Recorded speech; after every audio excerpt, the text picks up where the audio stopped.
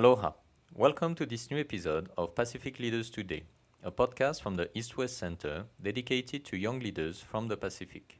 This portion of the series focuses on alumni of the Pacific Island Leadership Program, an East-West Center program that seeks to build leaders dedicated to shaping the future prosperity of the Pacific region by taking informed and effective action, and is funded by the Ministry of Foreign Affairs of the Republic of China, Taiwan.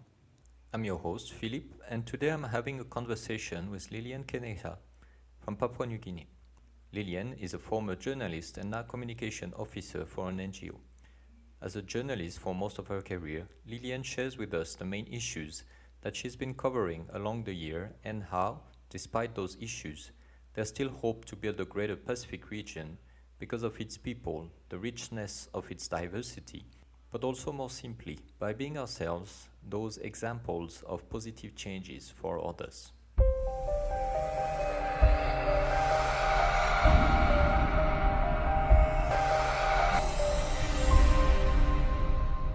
Lillian, aloha. Hello.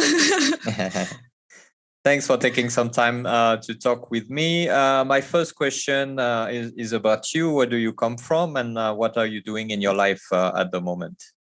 Okay, well, I am from Papua New Guinea, and it's a small island nation at north of Australia. A lot of people get confused where it is. So yeah, just to explain it a bit. But right now, I was formerly with MTV, which is one of Papua New Guinea's reputable television stations. I worked as a journalist and news producer. Just recently, I have moved across to becoming a communications officer with Save the Children. So now I work with them. We cover a lot of programs with education and how to help children to learn better. Yeah, that's what a bit of what I'm doing now in Papua New Guinea, and I live in Port Moresby. Okay, so you're doing those two at the same time? Is that what I understood? Actually, no longer with the television. Okay. Yeah, but recently I've been doing a lot of writing for an environment website. So I'm part of the fellowship in that program. So I write a lot of stories about environment and solutions journalism with One Earth. But yeah, my job is right now communications officer. So I'm fully engaged with Save the Children in Papua New Guinea. All right, quite an important job.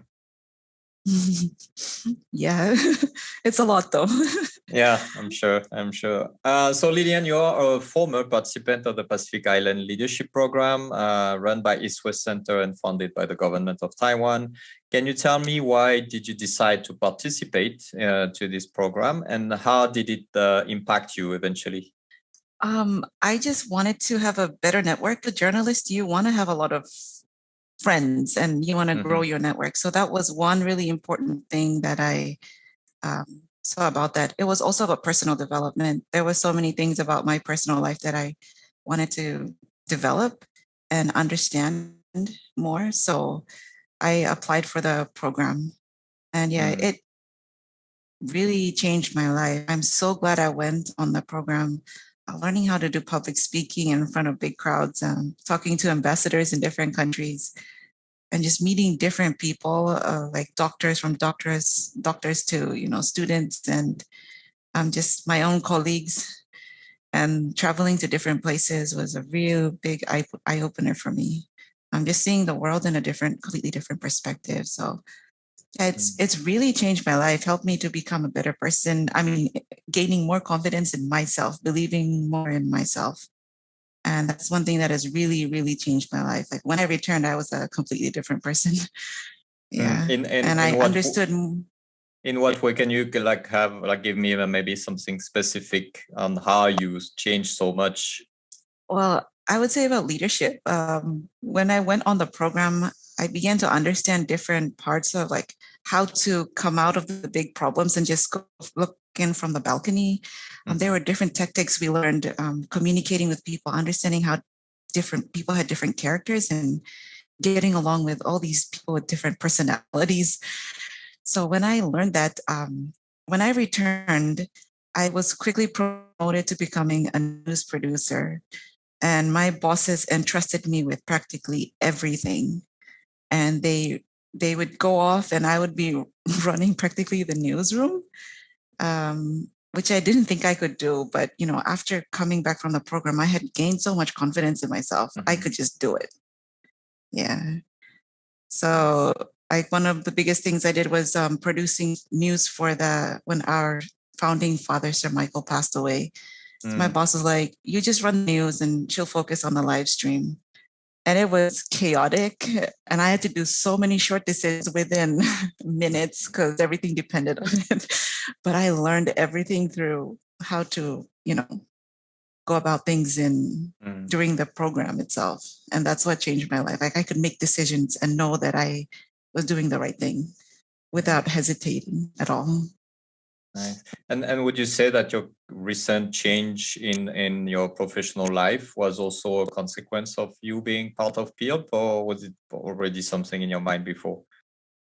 It was part of my plan. Like I really decided, and when I went on the program, I looked at what I wanted with my life.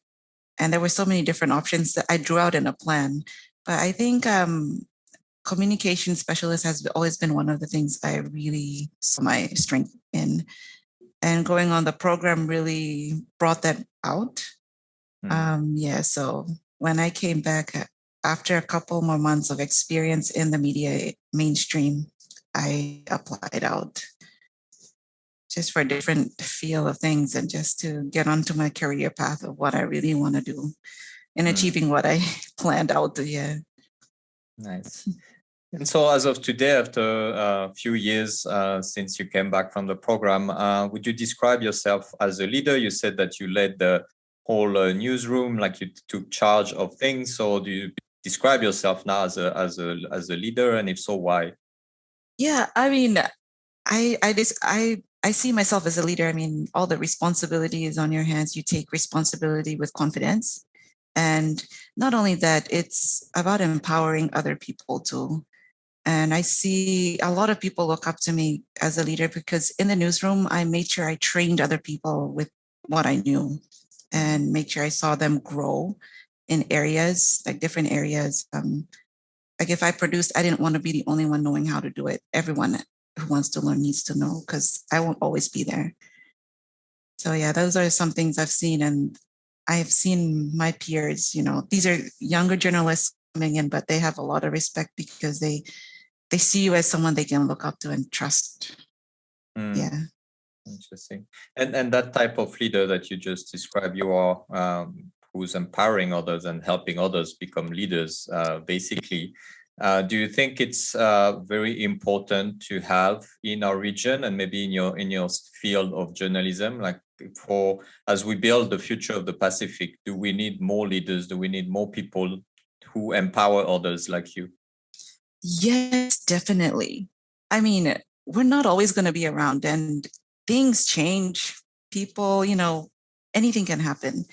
But we need to train people to have the same kind of DNA. Like if you're really good in one area, you want someone else to replicate the same thing. And if they can do just as good as you, then let them shine and you can go on and find other people to help push up. So many people don't believe in themselves. They struggle with confidence.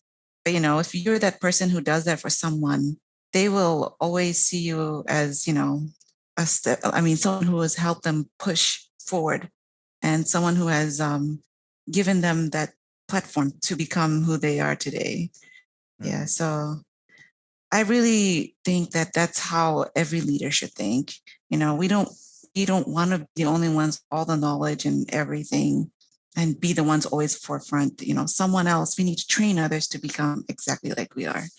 And they'll all be different. Everyone's different, but at least when you're not there, things are still running and they're still going. It's building autonomy for other people to be able to take charge. And as a journalist, obviously you had the opportunity to cover a lot of issues that are happening in the region, in PNG, but also in the broader Pacific region. From your perspective, what do you think are the most critical issues that we are living in right now in the region and that require that type of leadership we just talked about? Ooh, a really tough question. Well, I guess right now in Papua New Guinea, I can say we struggle with a lot of corruption, and that's one thing that is really causing. I mean, the country is just, I don't know how to describe it, but yeah, it happens in the news all the time, and we just need people who are honest and who are, leaders who do what they say. It's not like they say something out on the media and tell the people, then they go into another thing at the back. And it's just ruining people's trust and confidence in their leadership.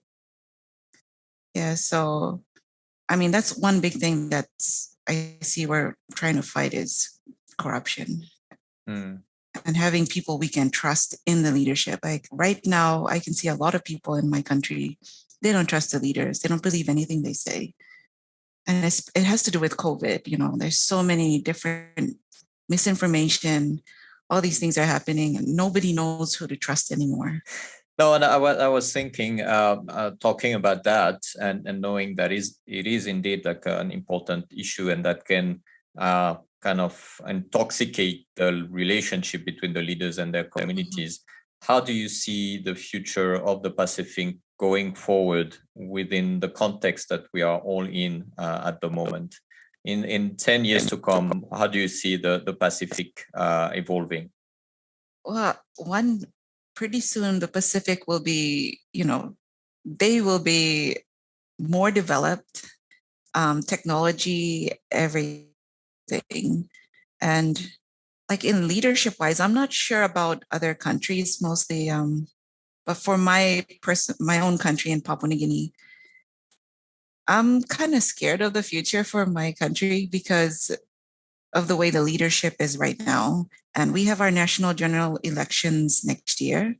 With COVID and with everything that is happening, I have no idea how we're going to carry that out with the kind of leaders that are going to be, running and contesting for these different positions to run the country.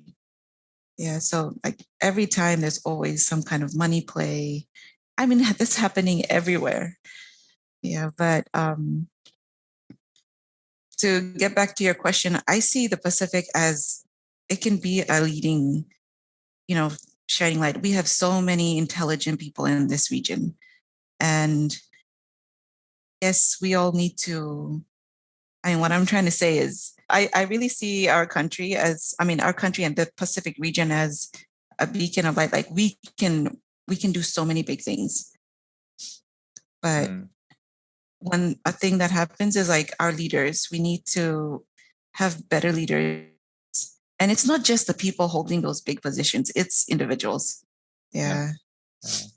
So I still hear hope in your message. You said we can become this beacon of light. So what gives you hope and how, and you remember the program, we talked about hope as well. So how do you yourself ignite hope in the people around you with your community? How, as a leader, do you work with hope to help people getting better? I guess for me personally, I live what I preach.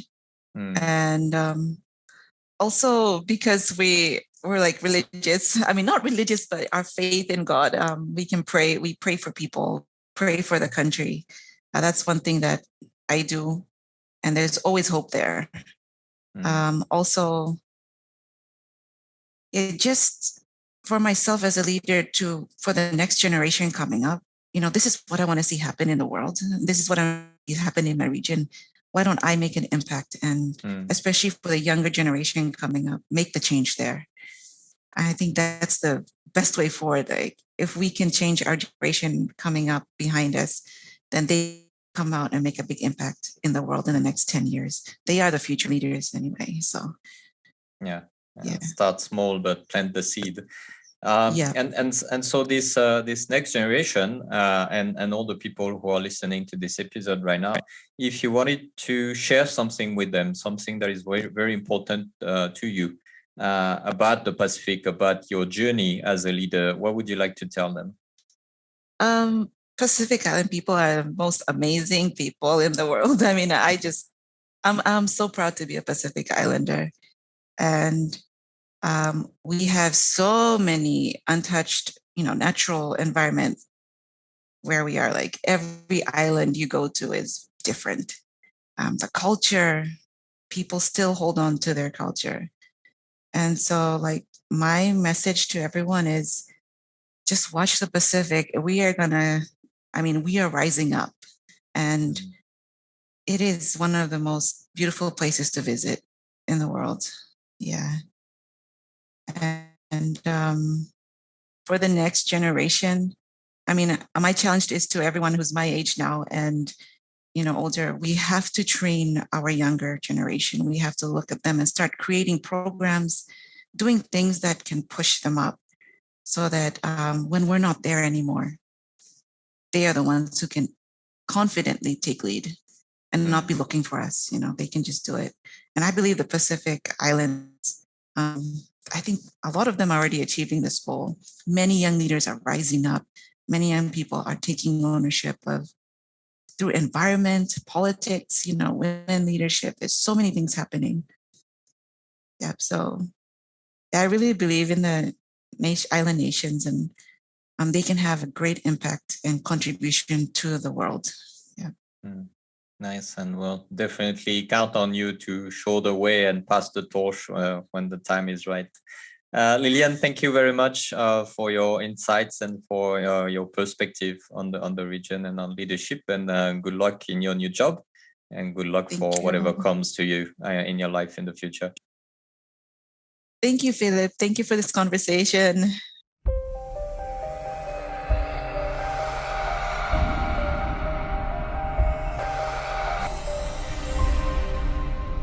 Pacific Leaders Today is the podcast produced by the East-West Center, a non-profit organization that promotes better relations and understanding among the people and nations of the United States, Asia, and the Pacific through cooperative study, research, and dialogue.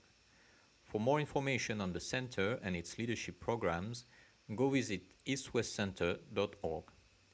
Mahalo, and I'll see you soon for another episode.